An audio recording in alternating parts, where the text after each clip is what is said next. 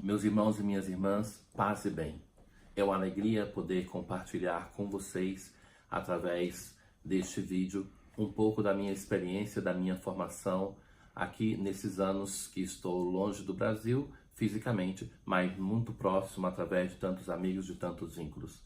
Eu sou doutor em liturgia pastoral e sou diretor de uma casa de formação em um local, Campo Sampiero, aonde viveu Santo Antônio de Pádua.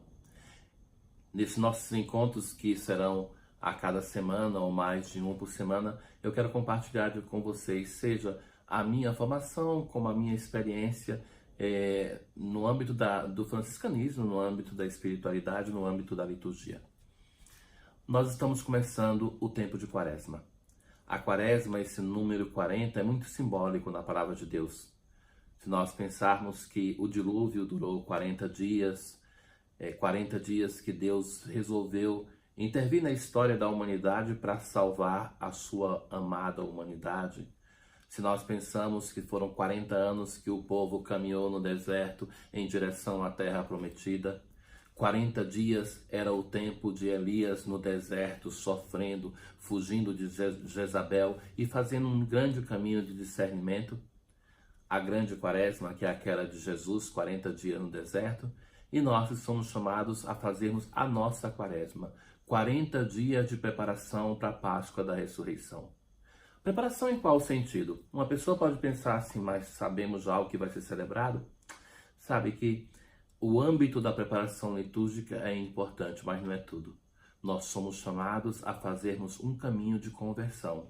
Esse caminho de conversão nos preparará, sim, para celebrar bem a Páscoa da Ressurreição, o Tríduo Pascal, mas é um tempo no deserto para que nós possamos ser confrontados com a nossa existência, para que possamos fazer um caminho de conversão, de mudança de vida, de mudança do nosso interior, de deixar de lado aquilo que não está bem e deixarmos transformarmos pela misericórdia de Deus.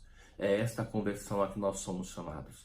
Uma conversão que me liga de novo com o meu irmão, com a minha irmã, que me liga com a natureza, com a criação do Senhor, que me faz voltar ao Senhor, o Deus que é o Criador, que é aquele que não só cria, mas que é presente na nossa história, na minha história, na história do meu irmão, da minha irmã, e também uma conversão que é repensar a minha relação comigo mesmo, na aceitação dos meus limites, na aceitação daquilo que sou, de grandeza ou de coisas pequenas, e de transformar aquilo que não está bem. É esse o caminho que a Quaresma nos propõe. O primeiro domingo da Quaresma, nós nos encontramos a cada ano com o mesmo episódio, contado através de autores diferentes, sempre os sinóticos. Este ano nós temos a narração de Lucas. E Lucas começa o seu texto dizendo assim: Jesus, repleto do Espírito Santo, voltou do Rio Jordão e, pelo Espírito, era conduzido deserto adentro. Ora, que interessante, o Espírito que conduz Jesus para o deserto. O que é o deserto? Nós brasileiros tantas vezes temos dificuldade de compreender o que é o deserto, porque não temos a experiência de deserto. Eu me recordo sempre, a primeira vez que entrei em um deserto, era no Peru. Nós fizemos uma longa viagem, horas com um carro no deserto. Éramos alguns frades, 4 frades em um carro. Saímos de Lima para ir para a região onde foram martirizados os nossos frades, agora beatos. E era interessante que enquanto estávamos na cidade, ainda que seja a área da cidade de Lima, nós tínhamos alegria, nós falávamos. E à medida que se vai entrando no deserto, um grande silêncio foi entrando naquele carro. Nós não tínhamos mais o que falar. O deserto faz isso. Coloca você em confronto consigo mesmo. Já não tendo mais a dispersão exterior, uma pessoa começa a pensar na sua vida. Éramos em silêncio sem nos aperceber disso. Você não tem distração, você não tem planta, você não tem animal, você não tem vida. Então é nesse lugar que o Espírito conduz o Senhor.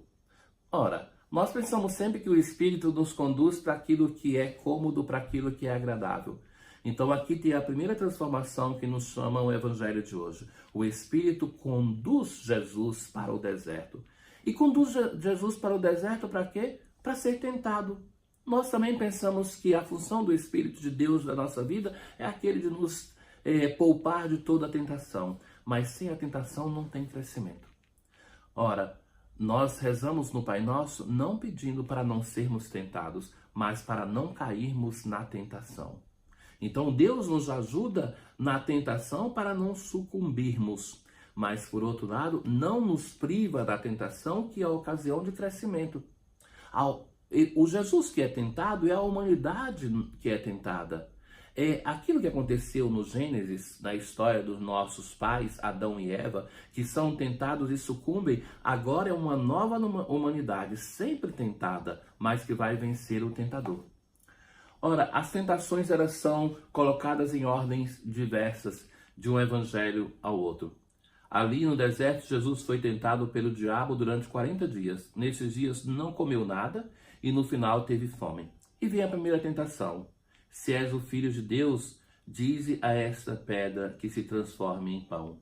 Jesus respondeu, está escrito, não se vive somente de pão.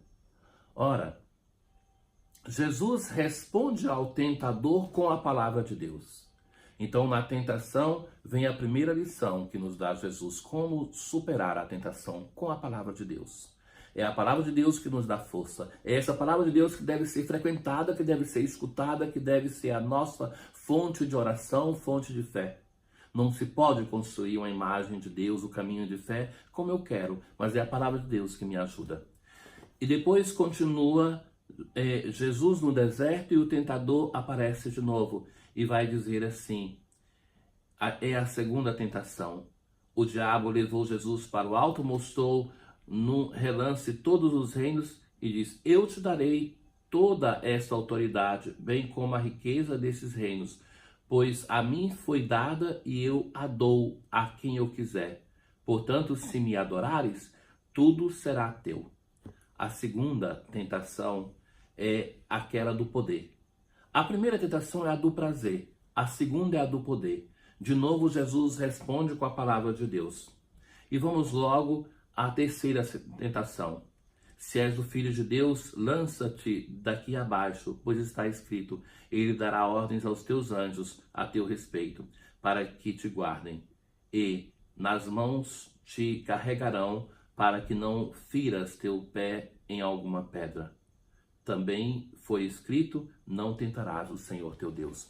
Ora, agora a terceira tentação, Jesus chega, é levado para o local mais santo, no templo, e é tentado com a palavra de Deus. Ou seja, a palavra de Deus, que é escrita pelo Espírito, se não é escutada com o dom do Espírito, com o coração aberto à ação do Espírito de Deus, pode ser um instrumento de tentação. Então, o que faz Jesus? Responde com a palavra de Deus à tentação que veio usando a palavra de Deus. Jesus vence a tentação. Nós começamos o tempo de Quaresma, quarta-feira de cinzas. Jesus nos dava 3 conselhos concretos para viver esse tempo. O primeiro conselho nos falava da relação conosco mesmo, o jejum. O segundo, da relação com nossos irmãos, a esmola.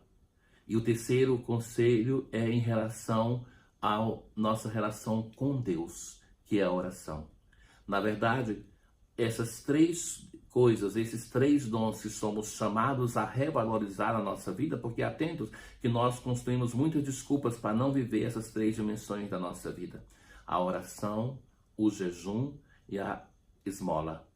E são essas 3 coisas que ajudam-nos a vencer as 3 tentações que Jesus sofreu hoje no Evangelho. Jesus foi tentado só nesse momento? Não.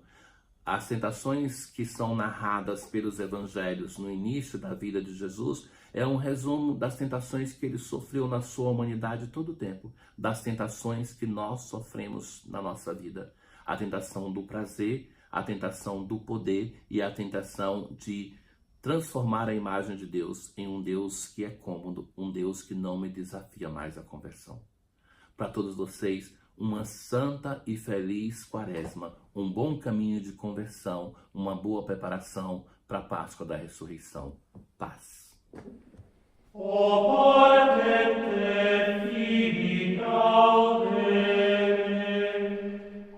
Quia